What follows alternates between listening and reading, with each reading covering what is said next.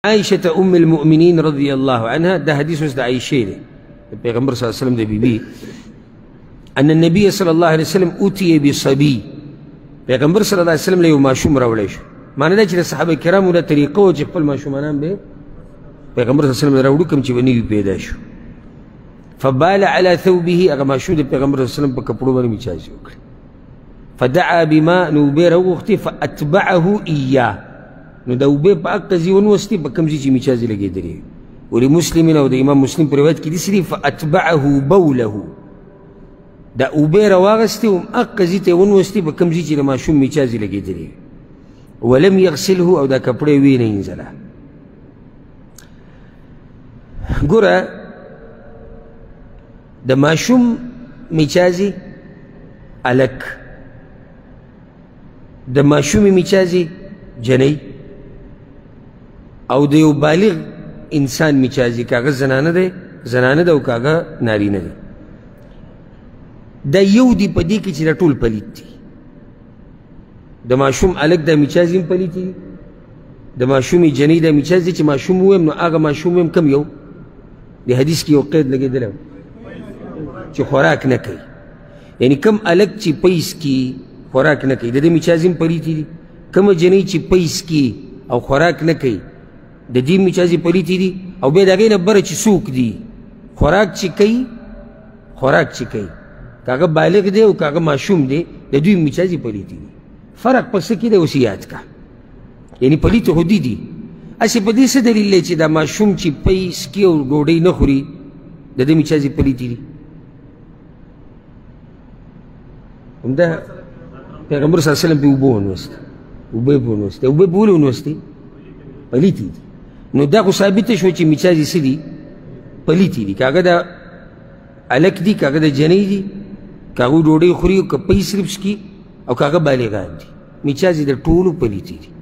فرق په څه کې دی دا اوس یاد کړه فرق صرف د صفایي په طریقه کې دی ها نو دا راته اول ویم چې په دې سره مسله ښه توضیح شي چې خوراک کوي الک دی که جنۍ ده که بالغ ده او که نابالغ ده چې دا میچاځي په کپړو ولګېدي نو دا کپړه به څه کې اینځي به دا اتفاقي مسله ده صرف مسله د چا پاتې ده نه د پی والا نه ورسره بل قید پی والا ماشوم الک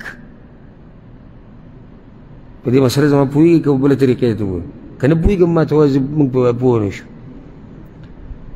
د ده په دې میچاځو باندې صرف اوبه نوسته دي په دې ځي باندې انځلو ته ضرورت نشته دغه دلیل تاسو واورېدو که دوه حدیثونه پې بیان شو زه پې راته درېیم بل بیان کړم ښه واضحه امام ابو داود حدیث راوړی دی پیغمبر صلی الله علیه وسلم یغسل من بول الجاریه ویرش من بول الغلام ښه واضحه د ماشومې جنۍ میچاځي چې په کپړه ولګېدي دا به انځي به دا کپړه او ویرش من بول الغلام غلام الک ته وایي او الک ماشوم د ده میچاځي که په کپړه ولګېدي نو په هغې به اوبه نولي ویرش رش په اوبو کې پښتو کې چڼکاو ته وایي دا خو اوس موږ پوه شو سوال دا دی چې بیا د الک او د جنۍ په دې منځ کې دا فرق ولې دی خیال مې دی که نه دی لکه دلته جنۍ هم صرف پیس کی او الک هم صرف پیس کی که دا جنۍ میچاځي وکړي او په کپړو ولګېدي نو دا ځای به څه کې انځي به که د الک میچاځي وکړي نو په دې ځای به اوبه نولي دا فرق ولې دی الجواب د ټولو نه غټ حکمت دا دی چې پیغمبر ویلي دي زموږ په ایمان دی که موږ ته بله فایده معلومه شي او که معلومه نه شي دا زموږ دپاره پوره ده که نه ده پوره بس پوره ده پیغمبر ویلي دي زموږ په ایمان دی خبره ختمه شو ځکه چې دا پیغمبر الله صرف پر رالیږلی د دین د وضاحت دپاره او رالیږلی چا دی الله دی نو چا چې الله چې څوک راولیږي او هغه رالیږلی ډیوټي دا ده چې دا دین واضح کړي هغه راته دا مسله داسې بیان کړې ده پوره نه ده پوره ده خو بیا درته هم بیانوم چې حکمت پکې څه د علماو بیان کړی دی یو حکمت پکې دا دی چې دا الک په نسبت د جنۍ ډېر اخیستلی کېږي کله یې سړی ځان سره بازار ته ویسي میلمه راشي ماشوم راوځي یا یې د ځان سره خلک راوباسي نو کله یې تره علي هغې کې کله یې ماما علي کله هغه میلمه علي کله د نیا سره دی کله د نیکه سره دی او جنۍ د کور نه دومره نه راویستی کېږي که نه خبره غلطه ده صحیح ده نو چې صحیح ده نو بیا یره د دې ډېره ده چې د هلک به میچازي وکړي او کپړه به ګنده شي که نه په مخه اخیستی کېږي راخیستی کېږي خو ماشوم دی هلته څه پته دی چې زه د چا په غېږ کې میچازي به نه کړې نو شریعت د اسانتیا پکې پیدا کړه چې دا خبره لږ اسانه شي او رب العالمین څه مهربانه باچا دی ځای په ځای موږ ته خبره اسانه کړې ده ورسېدی اوس تاسو په حکمت یعنی دا جنۍ چېرته کله ناکله داسې وشو چې یعنې چې د چا په غېږ کې واخېسته او میچازي یې پرې وکړي نو دا اوس کله ناکله خبره ده نو دا کپړې وینځه د هلک هغه بار بار راځي نو شریعت اسانتیا پیدا کړه وی نه اوبه پرې ونوله دا یو حکمت شو دویم د هلک میچازي په ځي باندې بهیږي دا خورېږي نه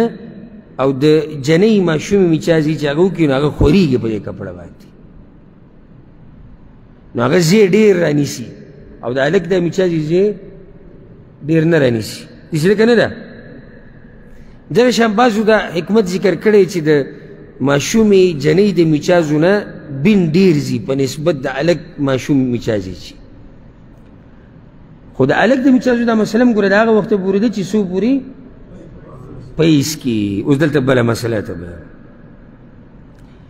د دې څه مطلب دی چې پیس کې مطلب دا دی چې د پیو د سکلو دوران دی یعنی دله بل شی پیدا نه ورکوي دی غواړي څه پی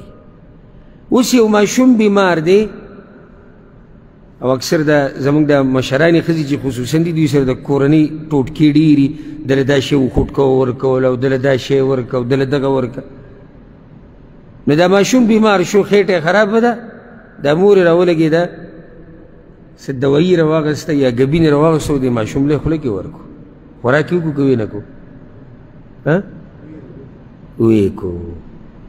عمر د دې ماشوم ګوره یو کال دی عمر یې څو دی یو کال او دې میچازي وکړي انځلی کېږي به نه ده خوراک کړی وښې د پیو دی او دویمه خوراک دله پیدا نه ورکوي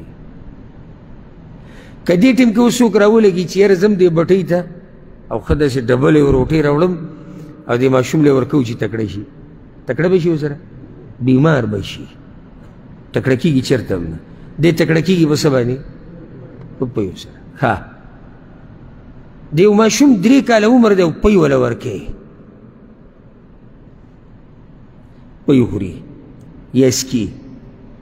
دله دا پی فایده ورکوي د ډوډۍ په ځای نه ورکوي د ده ضرورت څه ته دی ډوډۍ ته دی خوراک ته دی او که دا پی وله پیدا ورکوي دا وقتي طور لږه پیدا وله ورکوي نور د ده جسم بغیر د روټۍ نه هغه ترقي نه کوي خو 2 کالو پورې د دې ماشوم جسم دا په پیو ترقي کوي به بل څه نه کوي پوه شوئ که نه نو اوس داسې نه چې تاسو دا خبره داسې واورئ چې یاره درس کې بیان شوي چې کوم ماشوم خوراک نه کوي او پرون خو موږ خپل زوی له ګبین ورکړی و ګبین خوراک دی که نه دی کله مور داسې وکړي داسې وریجې رواني یو څو دانې او د ماشوم له خوله کې ورکړي کله روټۍ داسې لکه پستکي خوله کې وله ورکړي او د هغه عمر 2 کالو کې دننه دی لاندې دی نو دا اثر نه کوي اثر کوي دا اثر نه کوي دې مسله پوه شوئ که نه